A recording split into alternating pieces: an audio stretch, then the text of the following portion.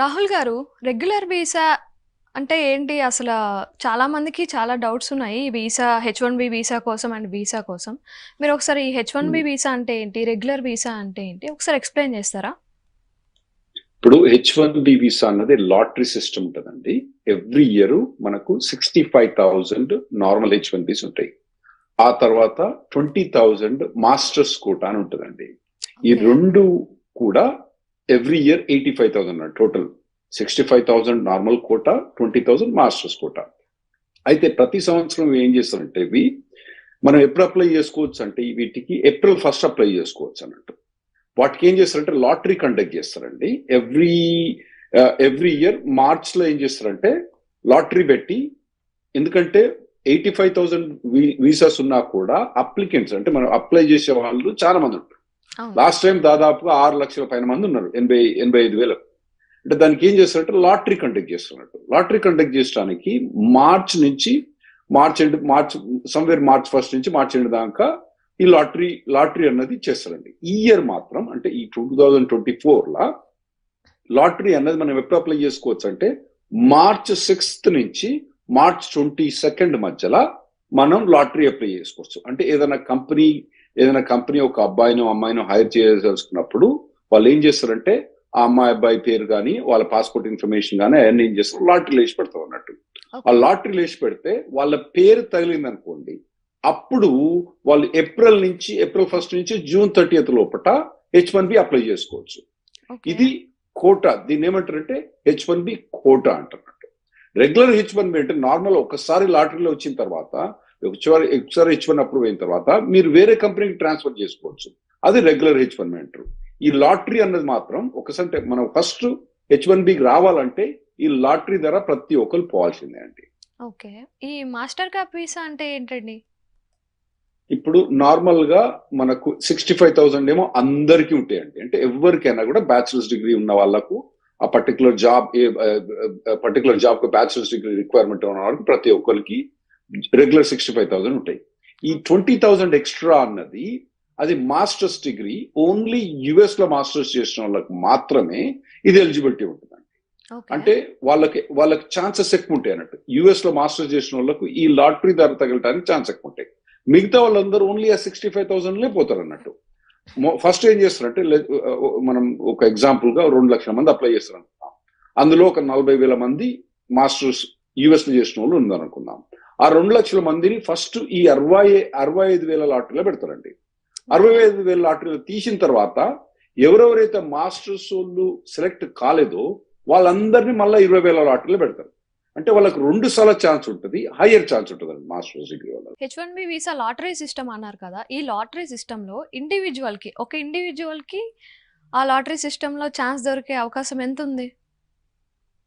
Last time 1/6 1/7 ఉండండి. ఈసారి increase అవుతుంది ఛాన్స్. ఎందుకంటే కొద్ది న్యూ మోడిఫికేషన్స్ వచ్చినాయి. మీకు ఎక్స్ప్లెయిన్ చేస్తాం ముందు. ఓకే. లాస్ట్ టైం కన్నా ఈసారి అప్లికెంట్స్ తక్కువనే ఉంటారు. ఎందుకంటే లాస్ట్ టైం చాలా మోసాలైనాయి. ఒకడే 4 సార్లు లాటరీ లేచిండు అన్నట్టు. ఈసారి అవన్నీ ప్రివెంట్ చేసిండ్రు కాబట్టి.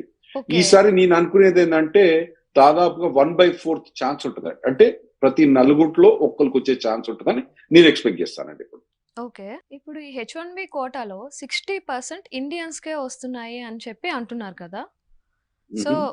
ఆ 60%లో తెలుగు వాళ్ళకే ఎక్కువగా వస్తున్నాయని చెప్పి గూడా అంటున్నారు. అంటే తెలుగు వాళ్ళకి ఎక్కువ ఛాన్స్ ఇవ్వడానికి రీజన్ ఏంటి? రీజన్ ఏం లేదండి. మనోళ్ళు చిన్నప్పటి నుంచి మన తల్లిదండ్రులు ఎట్లా పోషిస్తారంటే చిన్నప్పుడు పాలు తాగేటప్పుడు చెప్తారు, అరే నాయనా నువ్వు పాలు తాగుతున్నావు కదరా, పెద్ద పెరిగి ఇంజనీర్ గా అమెరికా పోయి ఇంజనీరింగ్ జాబ్ చేయమని పెంచుతాను మన దగ్గర, ఎస్పెషల్లీ మన తెలుగు వాళ్ళు.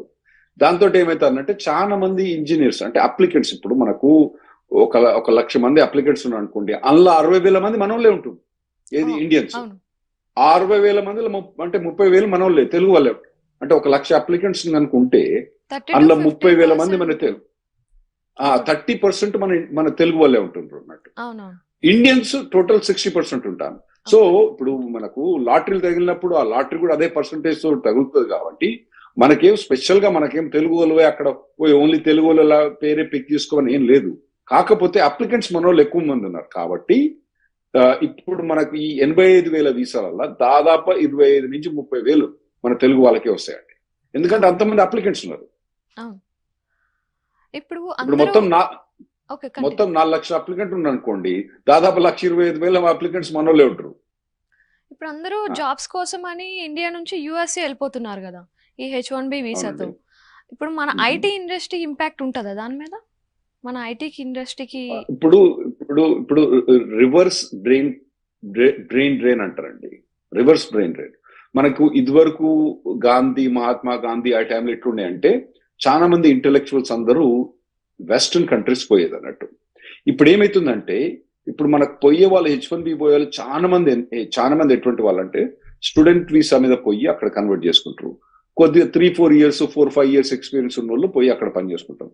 కాకపోతే ఇప్పుడు చాలా మంది ఏమైతుందంటే ఇండియాలో యుఎస్కి వచ్చి చాలా రోజులు ఎక్స్పీరియన్స్ అయిన తర్వాత మళ్ళీ రివర్స్ వస్తారు ఇండియాకు. సో మన ఇండియాకు ఇది ఓవరాల్ గా నెట్ బెనిఫిటే కానీ లాస్ మాత్రం ఏమీ లేదు. ఇంకోటి ఏంటంటే మనకు టిపికల్ గా మన ట్రేడ్ అబౌట్ $400 బిలియన్ ఉంది.